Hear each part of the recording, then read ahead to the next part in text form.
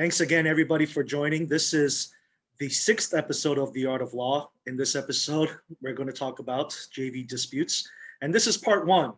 This is more analysis of the JV dispute. And in the second episode, which will happen 2 weeks from now, will be implementation of some of the ideas that we're throwing around today.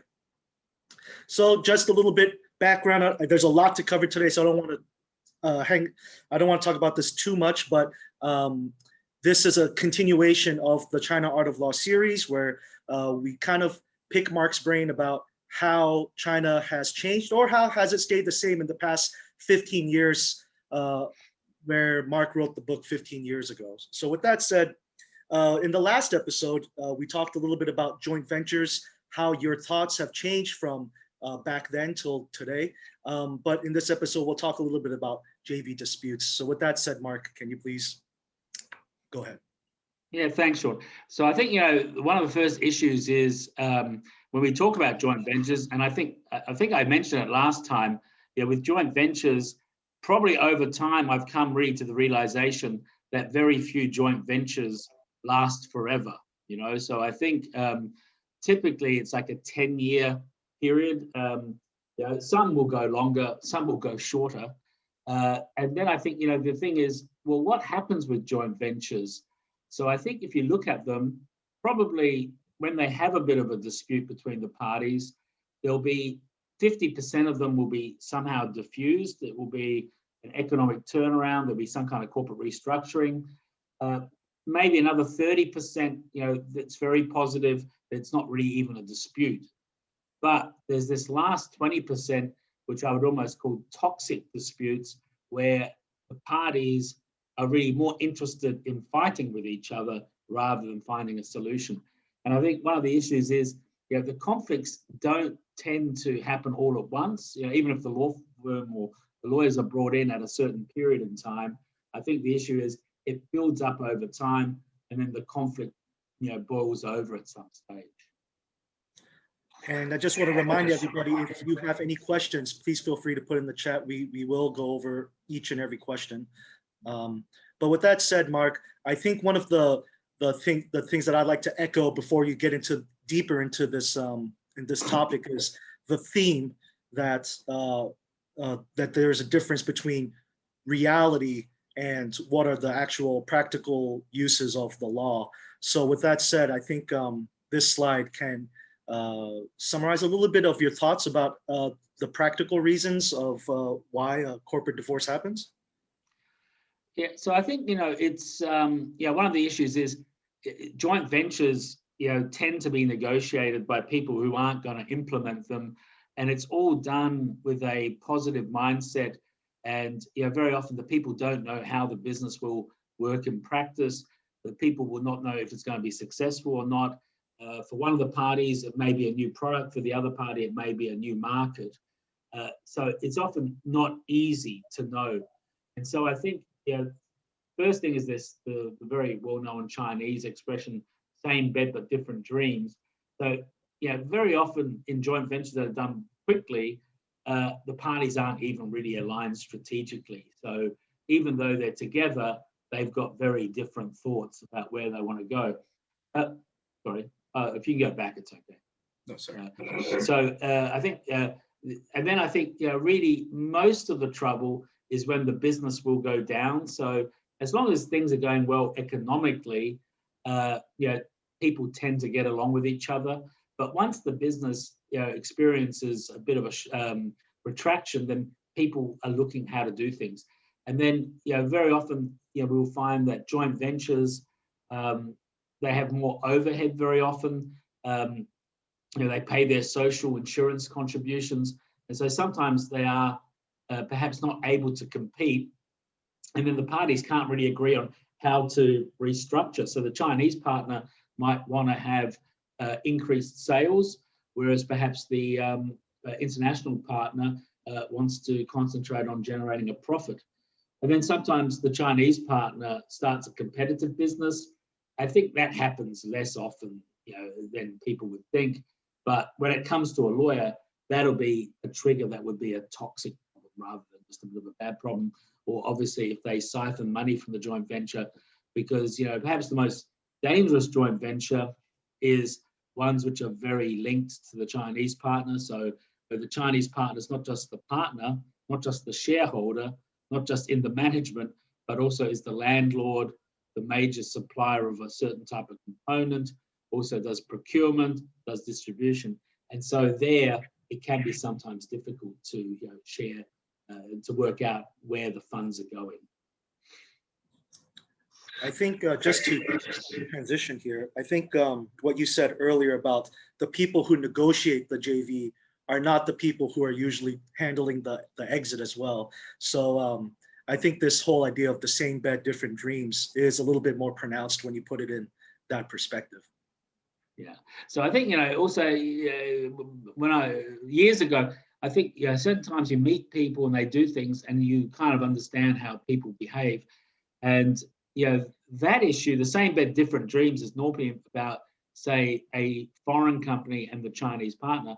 But also, like you say, it can be within the company. And I remember we were doing this M&A deal a couple of years ago, so not very long ago, and it was an American company. And there was an issue in this, was going to be a joint venture. Well, it became a joint venture.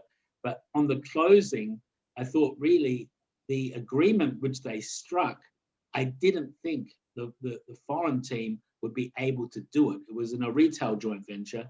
And I just thought there was too much risk and they needed a slightly different kind of agreement.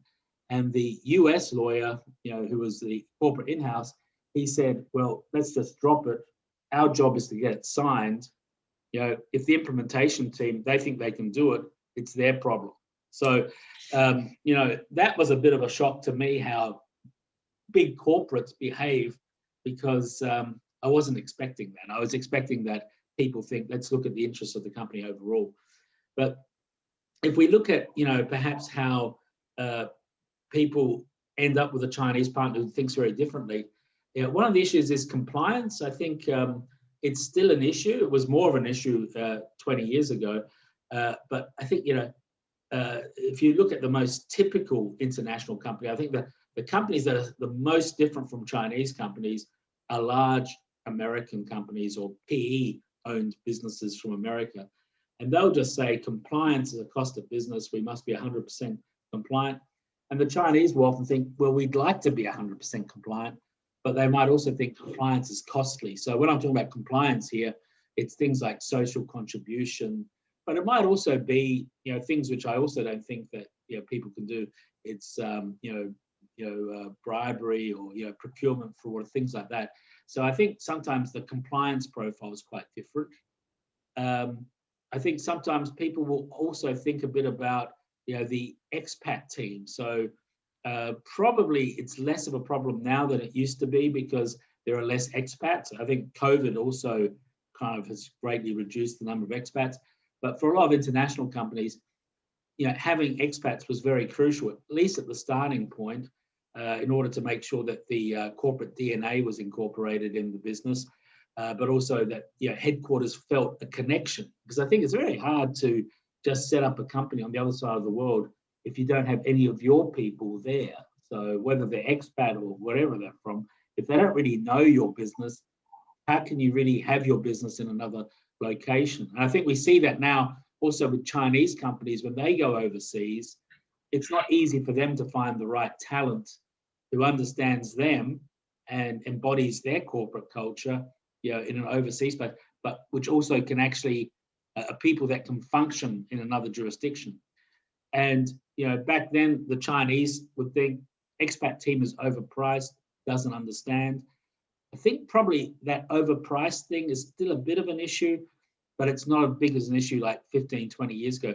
There used to be like 20 years ago when we were doing the first kind of joint ventures, there were even agreements where, the joint venture would get the money for the expat, and then, the foreign party would have to counterbalance with the Chinese partner. So they actually would get a similar amount to just, justify the expat. So if you had an assistant general manager, he would get paid as much as the foreign general manager, but of course he wouldn't keep the money. The money would go to the Chinese partner. I don't think these things happen anymore. But that was quite common, say 25 years ago. So going to what other, I guess the whole same bed, different dreams idea is that there's just vastly different expectations from both parties. So have these expectations remained the same largely in the past 15, 20 years, or have they also changed with the times? I know you pointed out a little bit about the expat team, but just as an overall trend. I think overall, I think it's much less the problem. I think, this is really a slide where we talk about early on and there's no alignment. I think nowadays, Chinese partners are more experienced with dealing with this, or they're more experienced with, foreign business, and foreign business is more experienced with China. So I think that they don't have these issues. But I think the thing is, it's just with the Chinese partner, it's maybe a little bit of a language barrier, but also it's just the distance, people are different, and even people within the same culture are different. So we have the bottom one there about imported equipment, and that's not such an issue either anymore. But an example of where people can be very different was we had a client and they made a certain type of refractory brick. So it's a brick which you use to protect a kiln in the steel industry or the concrete industry. And, it's a German company. And look, I think they'd have the same problem with an American company or an Australian company or anybody else.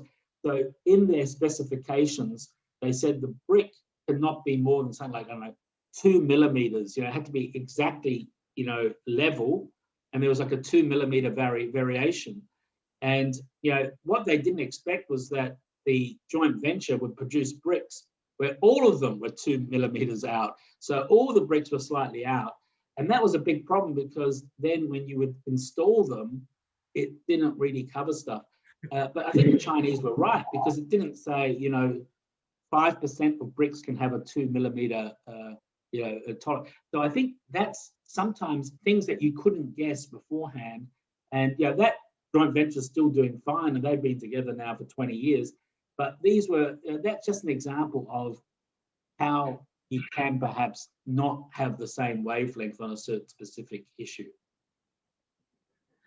And I think with that said, on the screen here, we have some of the issues, like you said, that arise over time, the sand in the machine. And when I was reviewing this, it just struck me of that the frog in the boiling water who doesn't know that he's getting cooked until finally you're just cooked. So with that said, Mark, these are some of could you go over some of these issues that you've seen pop up over time? Yeah, sure. So I never understood why people boil frogs. I think they always normally cook them with butter. But anyway, so I think, look, it's not rocket science. So I think we kind of touched on it a little bit. So I think firstly, we establish a joint venture, and at least in the Chinese sense, a joint venture, it's not a separate legal entity. It is a separate legal entity from a legal perspective, but really it's the two shareholders come together. So, I've at least never seen a joint venture where, the different people feel they really work for this independent joint venture. And so it's not separate from its shareholders. Almost always they'll have a divided board, a divided management structure. This is the traditional joint ventures. It may be different now. I just can't think of any off the top of my head, where we have private equity or funds investing in companies now, stuff like that. But the traditional type of joint venture where the international partner brings in cash, maybe it's got 60% of the shares, the Chinese partner brings in 40%, and then they'll have a divided board, so maybe 4-3 or 2-1, and then they will have management structure. And normally, let's say in a typical joint venture, most which we've seen, we would have a internationally nominated general manager, be it a Chinese citizen or be it a foreign person. So it would be, it's divided. And when we would have these board meetings, it was really shareholder to shareholder, even if we had the general manager there, and even if people had board hats on, basically it would be the foreign shareholder talking to the Chinese shareholder, and then there'd be a report. So like I said, I think, look, of all the, except for 1 or 2 cases, almost all the joint ventures which I've seen, there's always been economic difficulties which trigger it. And, in one case, the business was doing okay, but the German shareholder was a major supplier, and the Chinese joint venture was not very current in paying its accounts receivable, even though the joint venture was very successful. I think it was just because they didn't want to pay. And then that brought other issues to light. So then the Germans, they said, well, we want a compliance audit. I got very nervous about compliance. And then the Chinese shareholder said, no, you can't come in. And it kind of escalated quickly. But the underlying issue in that joint venture was really the German party wanted market access for like 10 different types of product. They were cooperating with the Chinese partner in 2 of those 10 products, and the joint venture was very successful. So, the economic difficulties, maybe it should be economic, competition as well. So what had happened was that the Germans didn't really want to share the other 8 products with the joint venture, and the Chinese didn't really think they needed the German for those 2 products that they'd successfully kind of launched in China. And so that was a bit of a complicated, so that was the real issue. But of course, when you have human beings involved, then there's also all these other kind of reasons. But I think, normally there's an economic issue that deals with it. And then, like I said, most of them, it's where the joint venture's losing money. That's the typical case. And then I think, it'll often be the Chinese partner who thinks the joint venture's lost its way. We've got to become more competitive, cut costs, or they start competing with the joint venture in one of their own entities. And of course, they can compete much more cheaply because they have different ways of doing things, but they also don't have the IP costs, the R&D costs. Often they don't have the overhead. And I think what really is difficult is there's no goodwill at the board level. And, I always suggest to people that the board of directors and the management are strictly delineated, that, you don't have the management in the board. Many companies don't do that. They put the general manager in.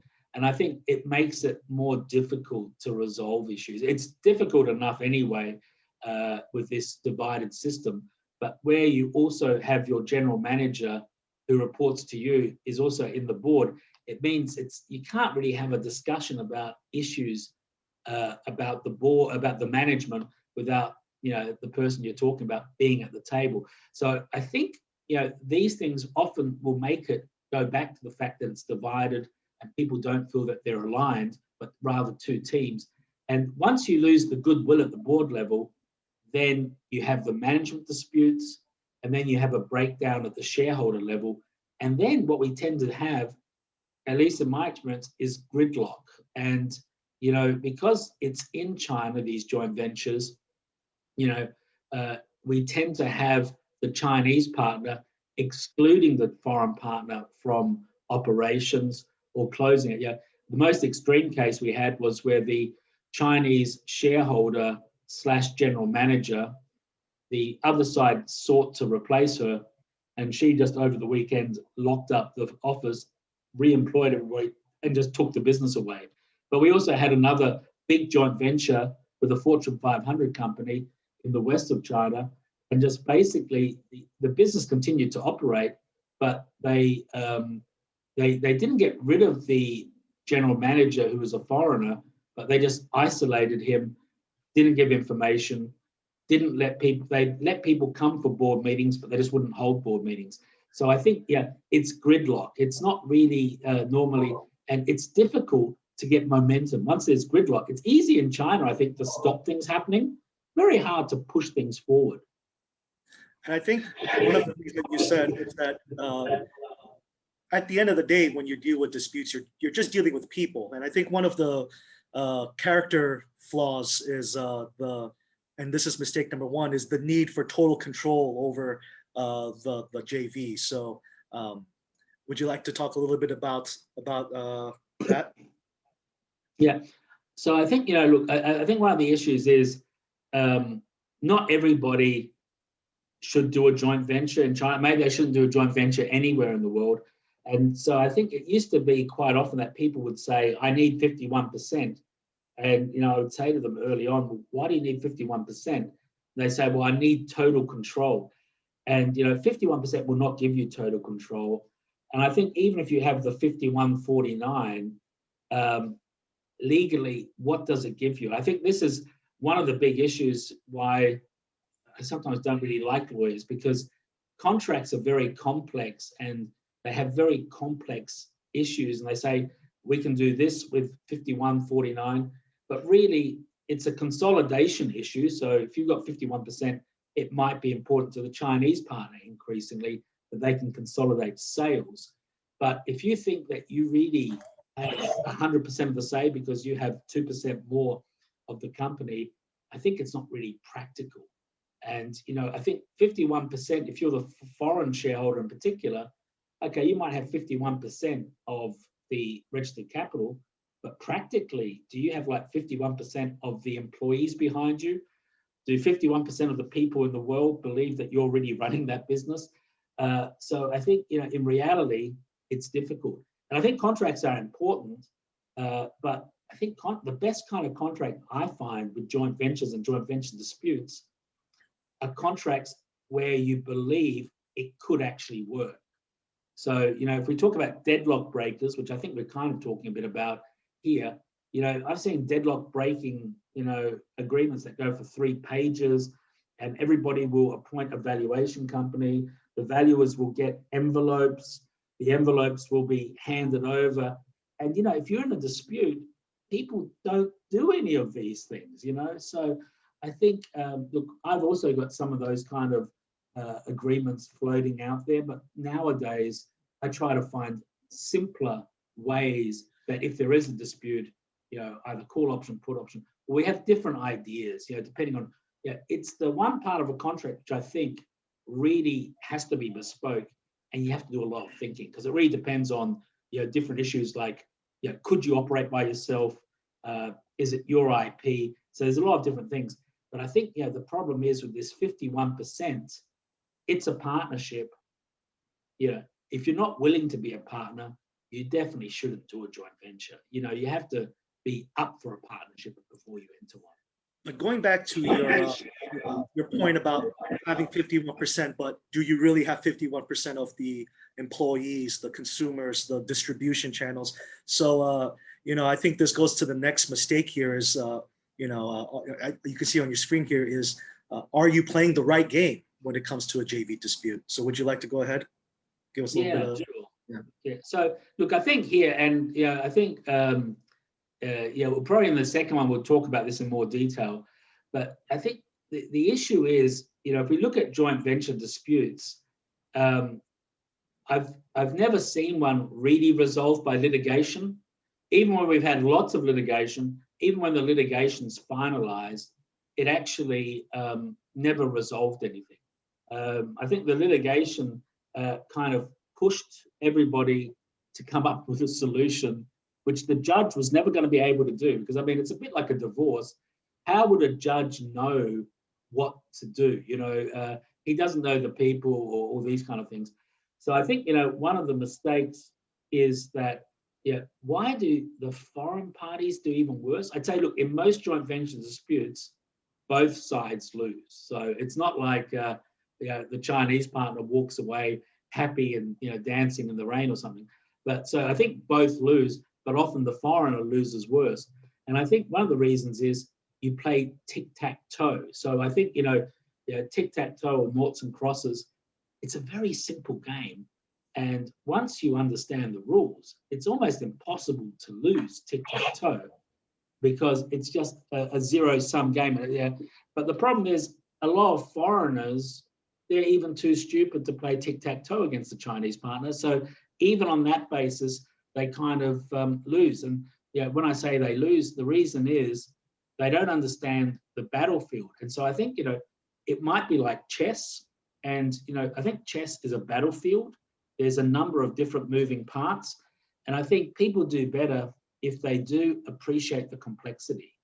And I think, you know, if we look at the chessboard, you know, that would kind of define, you know, the normal way that people play. And I think this is one of the things which worries me is people who take the dispute seriously, they still will come back and they will just ask like 5 or 6 questions and they'll say, here's the joint venture contract. here's the articles. And they say, okay, tell us, what the solution is. And I think the problem is that's a very small kind of, board to be dealing with.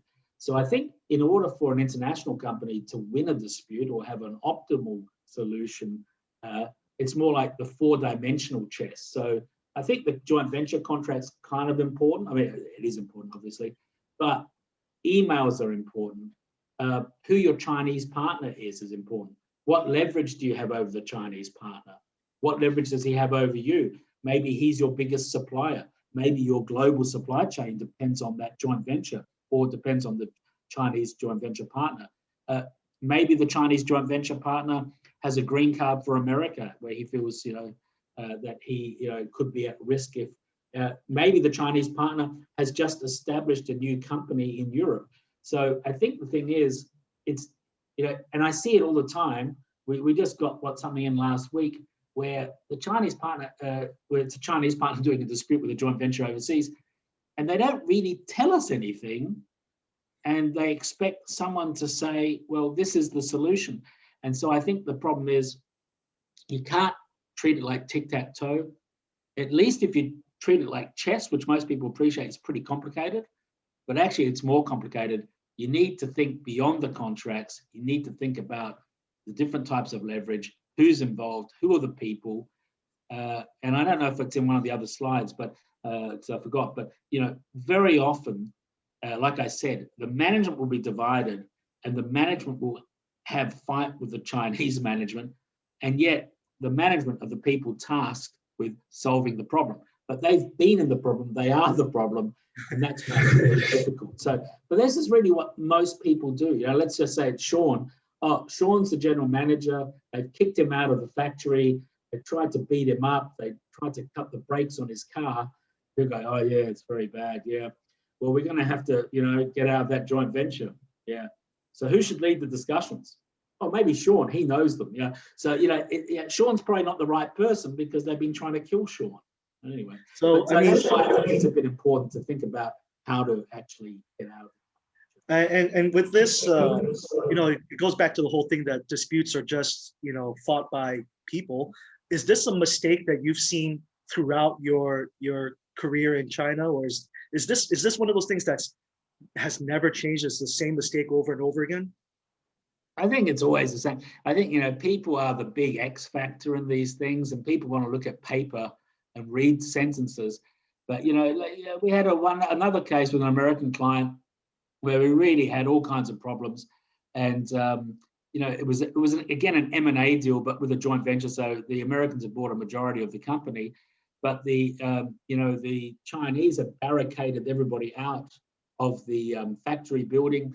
And I went there and I was a bit excited because they supposedly had hired local thugs to beat people up.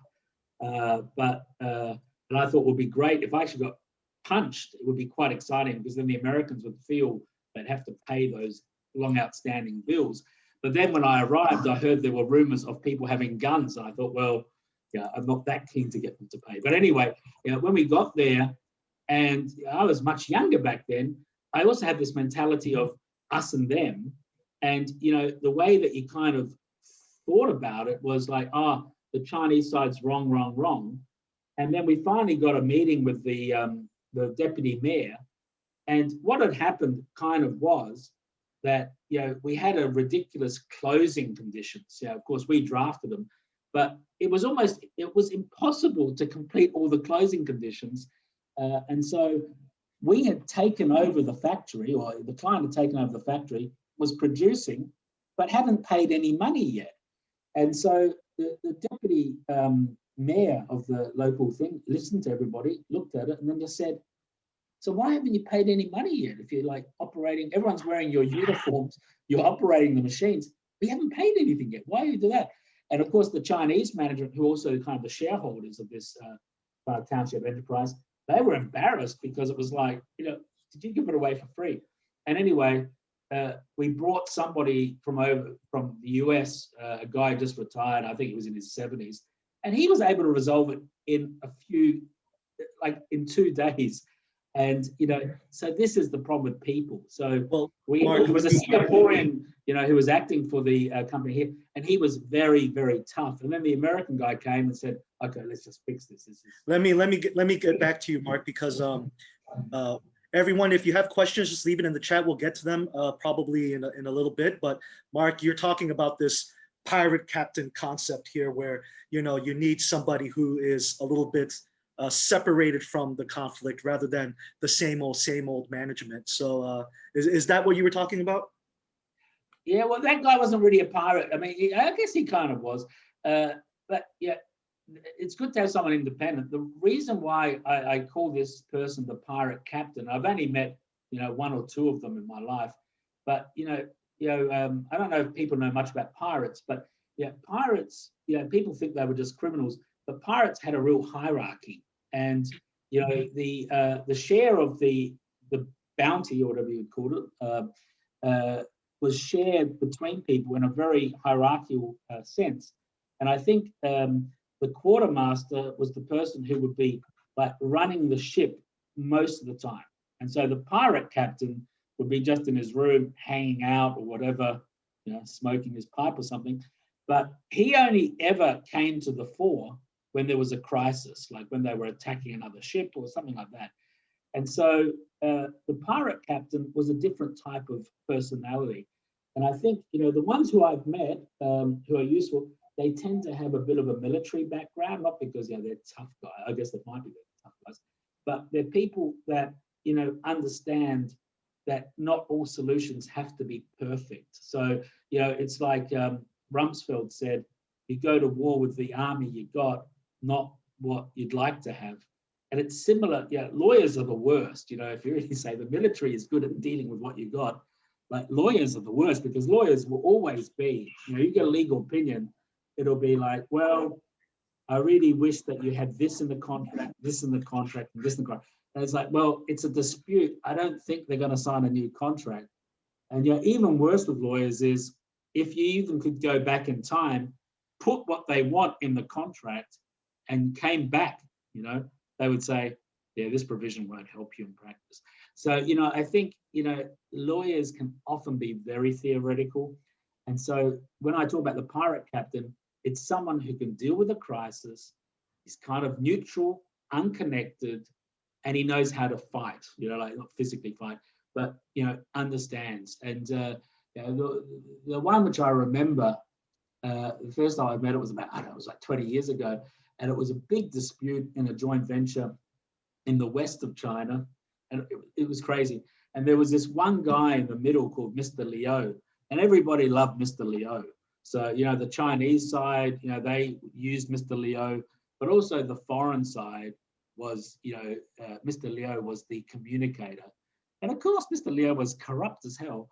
But anyway, they got this new guy involved, the foreigners, and he was this Israeli guy, ex-military intelligence. And the first thing he did was he just ignored Liu. He just stopped talking to Liu. And Liu would write, and you would think, if you're a lawyer, you'd think, oh, I'm going to write Liu a really tough letter. And he just said, no, I'm not going to respond. Because actually silence drives people more crazy than threats. So I think, it's interesting, the psychology.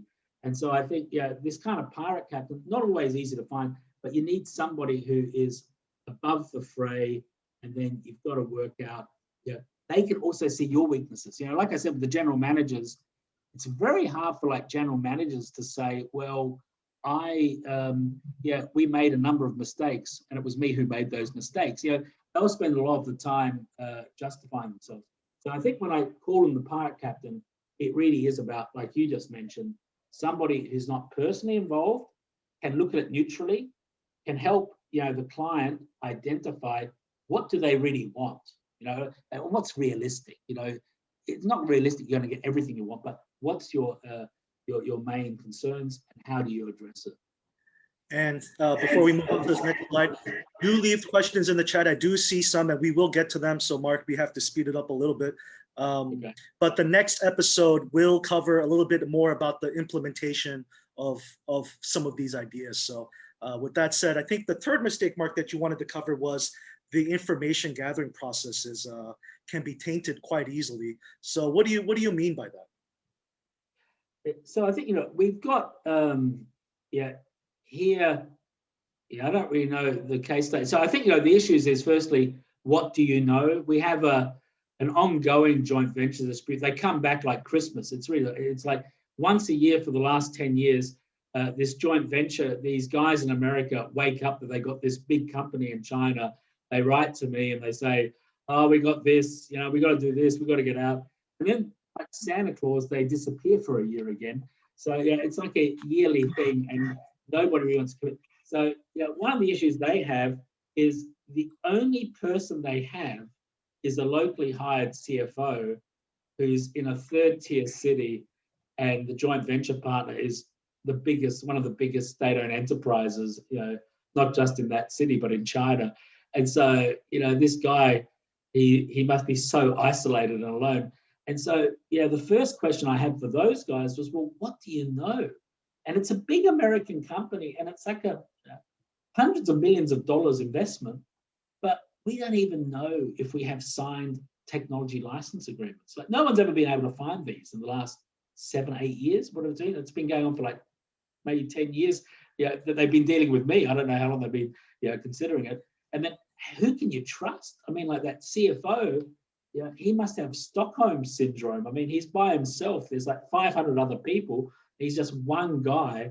How can he be fighting? So, where can you get independent, objective sources of information?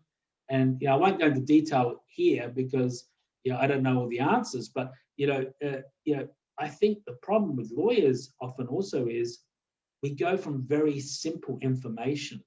And I think really when you have these joint venture disputes, you're going to have to gather everything. You got to look at all the emails. Somebody's got to do all that work. And then, it's interesting because we did have a major issue and we were able to get the WeChats, which are even better than emails very often. But if you read a bunch of WeChats, if you read them individually, it's something. But if you read them over like a 6-month period, you can really see how, different people are interacting, what they're trying to get to, why are they saying certain things. So look, I don't want to go into details here, but firstly, everybody lies about stuff. So that's important. Secondly, you need to know the whole story. Don't rely on the one paragraph in the joint venture contract. Try to work out the whole thing and try to think, what's the solution? And for those watching in the book, Mark does go on about watchdogs versus bloodhounds.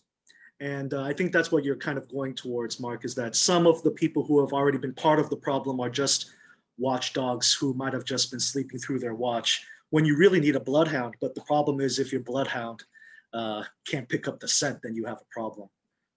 And so I alluded to the next episode, and this is the last slide here for today, and we'll get to the questions. But in order to start resolving the dispute, it's very, very important for you to know what is your goal. So Mark, on the screen here, you can go over, you don't need to go through every one of them, but what is the importance of making sure that the goal you select is the right one? Yeah, so I think, look, I might just touch on them quickly because I think we still got a bit of time and I understand there's some questions, but these are real cases. So, the unfortunate thing is people often, they just know they have a dispute, but they don't actually know what they want. They just think, well, I want the Chinese partner to behave himself. Or I want the joint venture partner to follow paragraph 17.4. And, it's very hard to compel people to do things like this. It's a simplistic way. So I think, we got to get away from the baby things like, because I haven't been divorced, but I imagine in divorces, it's often, I wish my husband was like this, or I wish my wife was like this. Stop wishing about things you can't change and maybe try to work out what you can do. And so I think, in my experience over the years, the first one, buying out the Chinese partner from the joint venture, that was, for the first 10 years, almost always the solution. Because most of the joint ventures we had were 70-30, foreign branded, foreign technology. I think it's changed a lot because now it's more like 50-50. And, the international company buy the Chinese out at a premium. Now we have half the cases where the Chinese company buy out the foreigners, for like a peppercorn. So, it's cheap. I think I just alluded with that big American company, their big issue, Santa Claus, I guess we can call them, they come once a year. They've got this exclusivity obligations that ties them up, and they're nervous about that. And that's, very difficult to deal with, So, maybe that's all you want, is to get out of the exclusivity. Another one which came up a few times was they had to exit China because they had a global exit from that business unit. And boy, was that a big problem for a few people, because, the joint venture partner, he caused all kinds of, issues because he wasn't asked. So, in one case we had the Americans sold off that company. So they didn't directly sell off the joint venture, but, because it was held at a higher level, the Chinese partner just woke up with a different partner one day. And, I don't even know if they were really that upset, but boy, did they pretend to be upset. So, things like that, if you're doing a global deal and you're either exiting and suddenly, it would have made more sense to discuss it with the Chinese partner, even though you legally probably weren't required to. Sometimes people want to exit the joint venture because of damaged reputation. We had a case in Zhejiang province where, it was like a local mafioso type guy doing all kinds of crazy stuff. Some people just want to leave the Chinese market forever, not that often. Sometimes they want to exit the joint venture because they want to start their own business. That's quite common. Non-compliance, I guess, a bit similar. And then I guess here is, part of the issues, which I'm talking about, new ways of doing things. People that want to get, they just had enough of the joint venture, and their real goal is, let's get the IP out. And obviously, you can't make people unlearn things, but there might be a production line. There might be certain types of things which are very crucial to the bigger picture. So in one case we had, the whole goal was to get that equipment, and we were able to get it. And then there's sometimes things like you just want to decouple the joint venture from your Chinese business, or you want to get out of the joint venture, but you want to supply the Chinese partner instead. So and I think, so I don't know how it all makes sense together, but I guess it just shows there's many, many different things that people want to do, and you have to really give priority and try to work out the best way to approach it. Yeah, and I think we'll cover in the next episode, keep talking about it, but the different types of targets have all types of different approaches. Some might be more legal heavy than others, but yeah, making sure that you pick the right goal for your dispute will dictate the tone of your approach. So I'd like to go over some of these questions. I think they were quite interesting. One of the questions which I was also thinking of is, we spent a lot of time obviously talking about disputes, but in your experience, Mark, what have you seen is effective to prevent a dispute? Look, I think being a good partner. So I think, it's without sounding preachy, I think the first thing is, think a bit about who you are.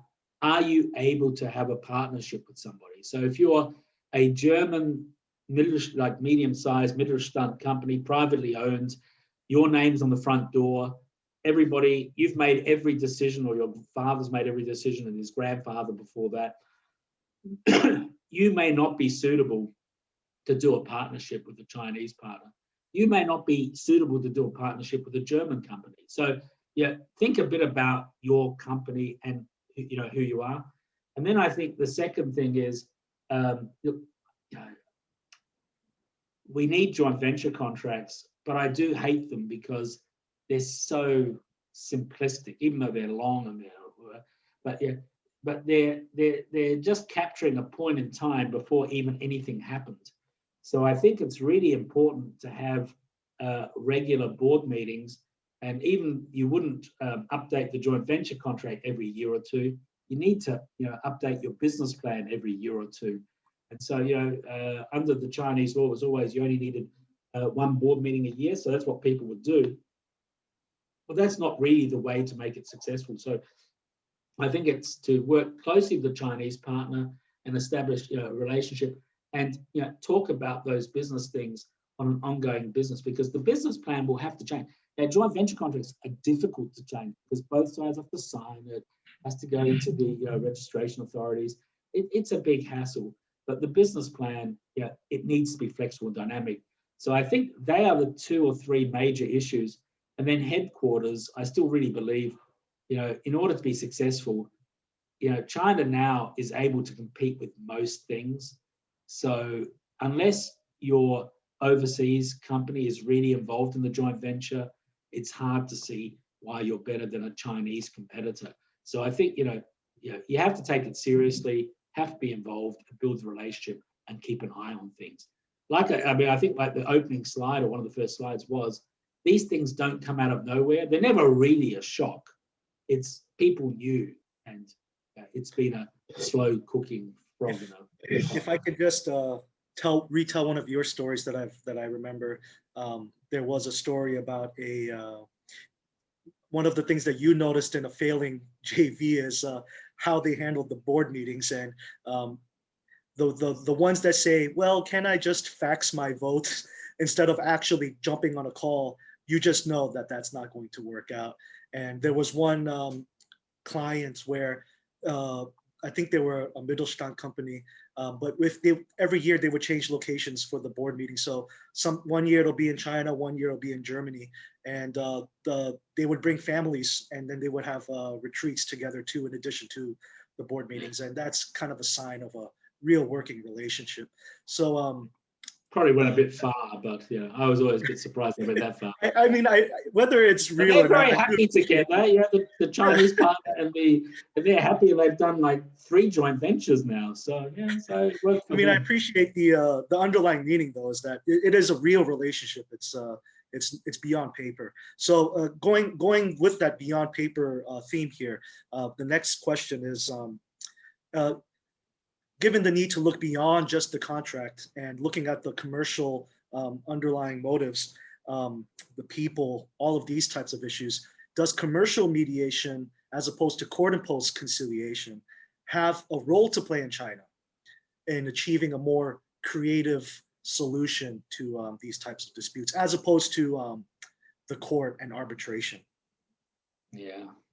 Well, I really couldn't say, because look, mediation, I've never seen it. So I think, possibly it works, but it's again like, it's a bit of a Christmas theme. It's a bit like Father Christmas.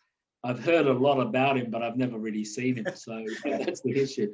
I think, in China, I understand mediation works between big companies overseas, and they, people who kind of really know this is the thin dispute, this is the narrow dispute. I think in China, the problem with these joint venture disputes is it's very acrimonious if it gets to that level. And firstly, I'd be worried, look, mediation, why not? If people would sign up for it, but I'd just be worried, how would you compel them to comply? So look, probably at some stage it'll be a good idea. I've never seen it yet. But I think, just talking, and if you have the right mediator, it's better. Because I think the problem, litigation only really, in my experience, has pushed people to some kind of mediated result anyway. Because I don't think a judge can really say to the Chinese partner, you should follow Article 17.4 better. Foreign partner, you should actually pay your workers less.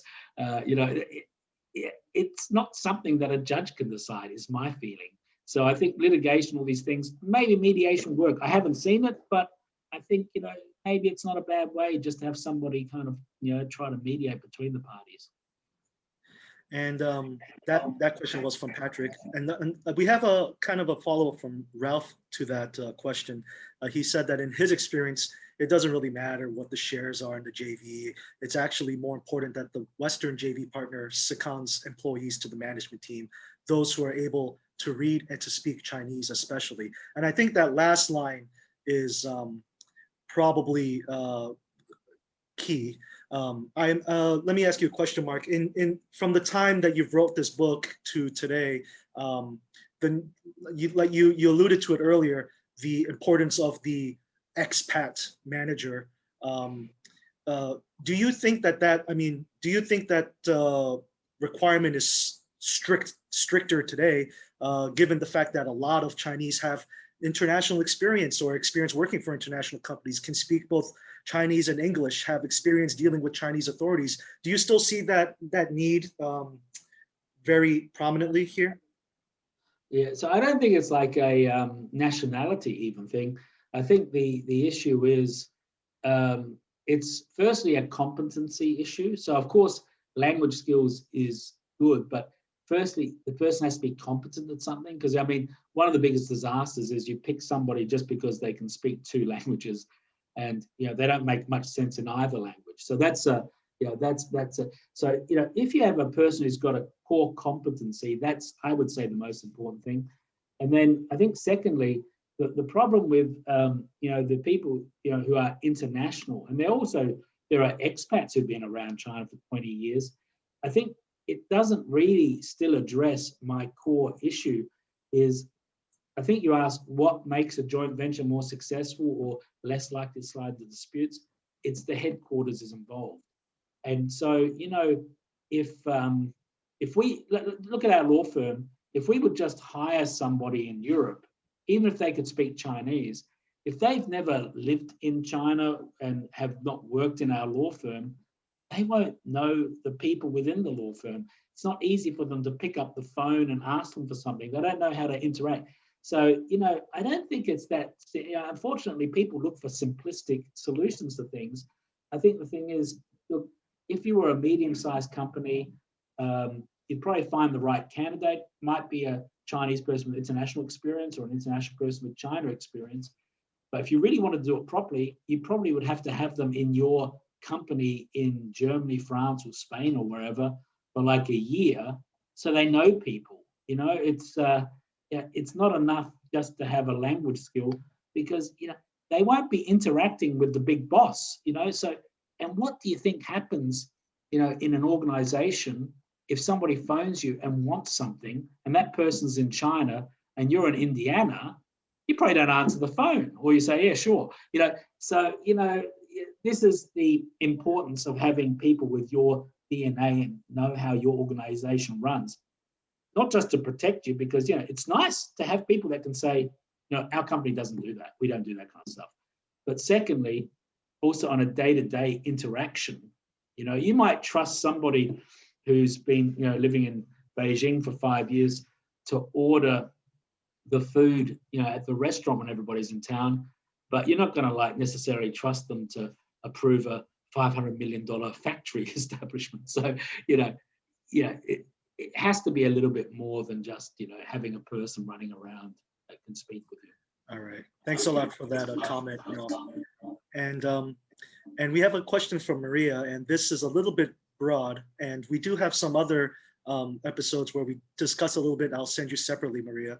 But the question is, for Chinese investors investing abroad, do they usually prefer to do a joint venture or to do a fully owned subsidiary?